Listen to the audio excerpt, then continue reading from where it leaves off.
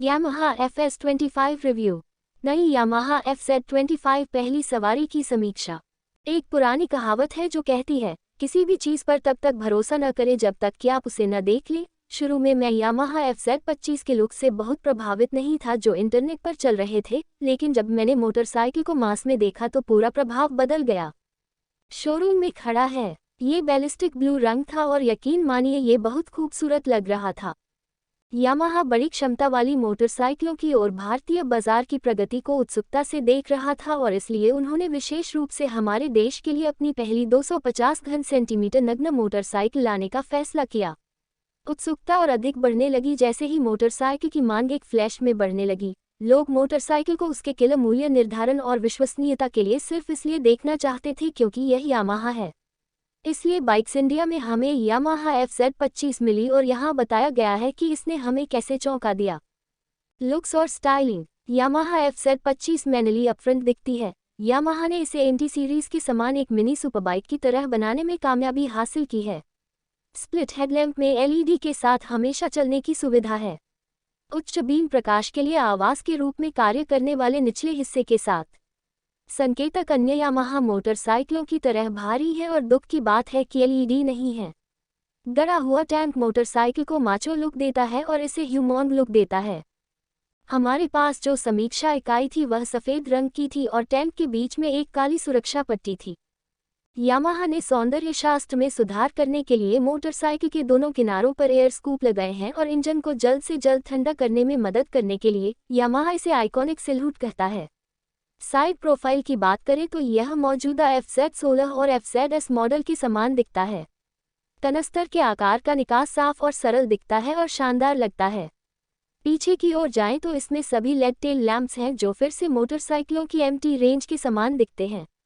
FZ25 में grab rail है जो एक अच्छा जोड़ है।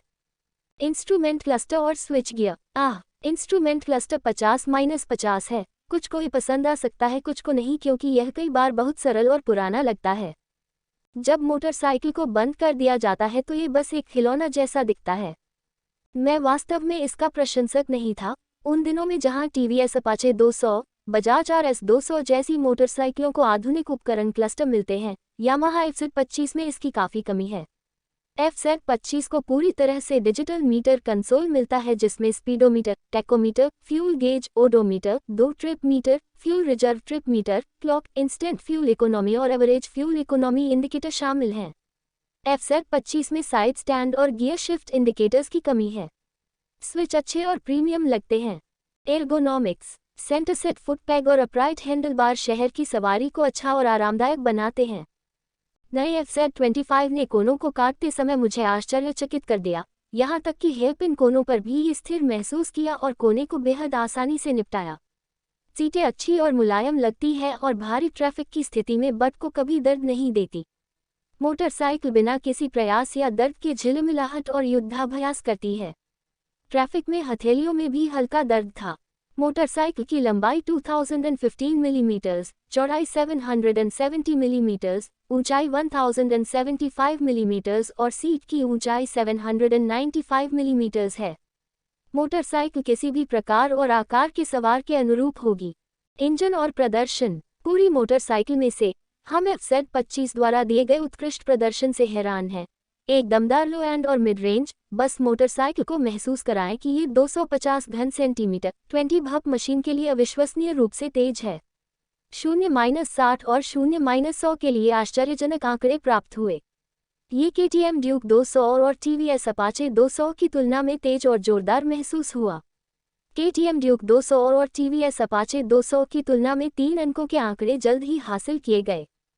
नई FZ25 का इंजन 249 सीसी सिंगल सिलेंडर सोच 4 स्ट्रोक यूनिट है जो ऑयल कूल्ड और फ्यूल इंजेक्टेड है। ये 4 पंक्ति कोर ऑयल कूलर के साथ आता है। इंजन 1000 RPM पर 20.69 पेटा सेकंड का अधिकतम पावर आउटपुट और 6000 RPM पर 20 न्यूटन मीटर टॉर्क पैदा करता है। इंजन को 5 स्पीड गियर बॉक्स से जोड़ा गया है। इंजन बाजार में मौजूद हर यामाहा की तरह स्मूथ और रिफाइंड लगता है। यामाहा का दावा है कि इसका वजन 148 किलोग्राम है जो FZ16 से 13 किलोग्राम भारी है। यामाहा ने एमटी मॉडल में इस्तेमाल की गई उसी तकनीक का इस्तेमाल किया है। जिसे सक्सेसिव चेंबर एक्सपेंशन कहा जाता है, ताकि राइडिंग के आनंद को बढ़ाने के लिए एक क्रिस्प एग्जॉस्ट नोट प्रदान किया जा सके। और मुझ पर विश्वास करो, निकास नोट माचो और बासी लगता है। ये दुख की बात है कि यामाहा ने केवल 5 गियर शामिल किए हैं। छठे गियर को शामिल करने से पूरा परिदृश्य बदल सकता था। कंपन को टैंक और दर्पणों पर काफ़ी हद तक महसूस किया जाता है, और जब इसे अपनी अधिकतम सीमा तक रिवाइज किया जाता है तो इसे पैर खूंटे पर भी महसूस किया जाता है। यामाहा का वादा है कि मोटरसाइकिल शहर में 43 किलोमीटर प्रति लीटर की ईंधन बचत करेगी, जो कि KTM ड्यूक 200 और TVS अपाचे 200 द्वारा प्रदान की जाने वाली अर्थव्यवस्था के लिए एक प्रमुख टेकओवर है। ब्रेकिंग और सस्पेंशन। मोटरसाइकिल में दोनों चक्कों के लिए डिस्क ब्रेक हैं। फ्रंट एंड में 282 मिलीमीटर डिस्क ब्रेक मिलता है और रियर व्हील में 220 मिलीमीटर डिस्क ब्रेक है। फ्रंट ब्रेक्स का अच्छा बाइट और फीडबैक है। रियर ब्रेक धीमा और प्रगतिशील महसूस करते हैं और उस काटने की कमी है और महसूस करते हैं कि फ्रंट ब्रेक प्रदान किए गए हैं। वैसे भी ब्रेकिंग के लिए 70:30 अनुपात हमेशा सुरक्षित होता है। इसमें समान 100/80-17 और 140/70-17 टायर हैं, जिनकी ग्रिप और स्टॉपिंग पावर अच्छी है। FZ25 में सामने की ओर टेलीस्कोपिक फोक सस्पेंशन लगे हैं और पीछे की तरफ मोनोशॉक सस्पेंशन दिया गया है। निलंबन एक प्रमुख प्लस पॉइंट है जिससे सवारी नर्म और आलीशान लगती है।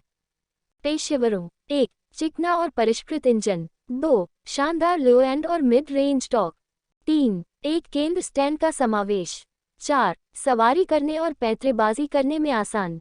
5. पैसे का कुल मूल्य। विपक्ष। 1. दर्पण कंपन। 2. छठे गियर की कमी। 3. रियर ब्रेक में सुधार किया जा सकता है।